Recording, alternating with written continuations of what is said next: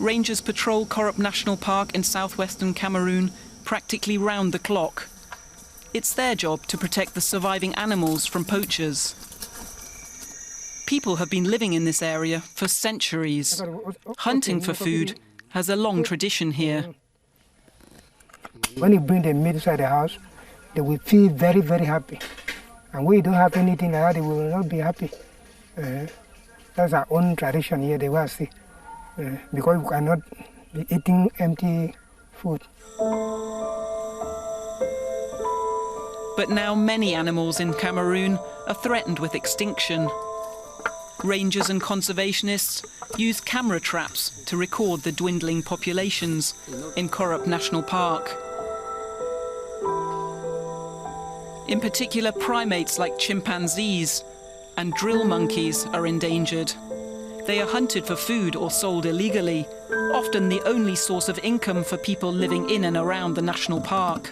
But in Erat, things are different. The head of the national park has come to visit. He's given a ceremonial welcome. People here used to be involved in the illegal bushmeat trade, but now the villagers cooperate with the park rangers. The inhabitants benefit from sticking to conservation rules. Solar power, for instance, was introduced to the village in return. This time, making the local people become the center of conservation efforts. So for the first time, we were consulted at every stages. We now became convinced of the fact that we could have different ways of earning a living inside the national park. Like former hunter John Ekpo, for example, hunting had become increasingly strenuous for the 59-year-old. Nowadays, he cultivates bananas, cocoa beans and mangoes. The conservationist would like to persuade more hunters to follow his example. His family today enjoys a higher standard of living than they did in the past.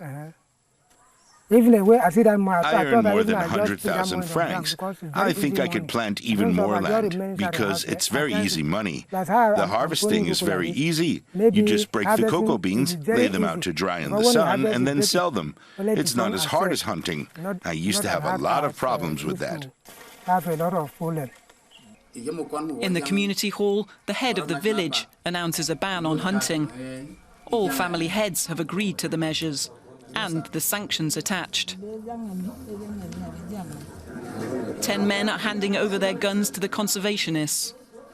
The village is getting 10 motorcycles in exchange. The first men are already receiving driving lessons.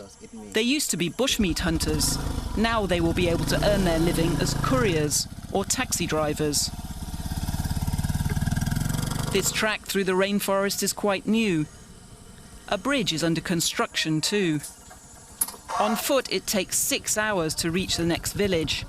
And sometimes, when the river rises, it's impossible. Better access will enable people to sell their goods at market. But John Ekpo is hoping the route through the forest will remain just a dirt track. He fears that a proper road could attract illegal loggers. Korup Forest is a friend of mine. If this forest disappears, I might even die myself. I can also disappear. The conservation program has shown inhabitants that environmental protection can help them thrive too.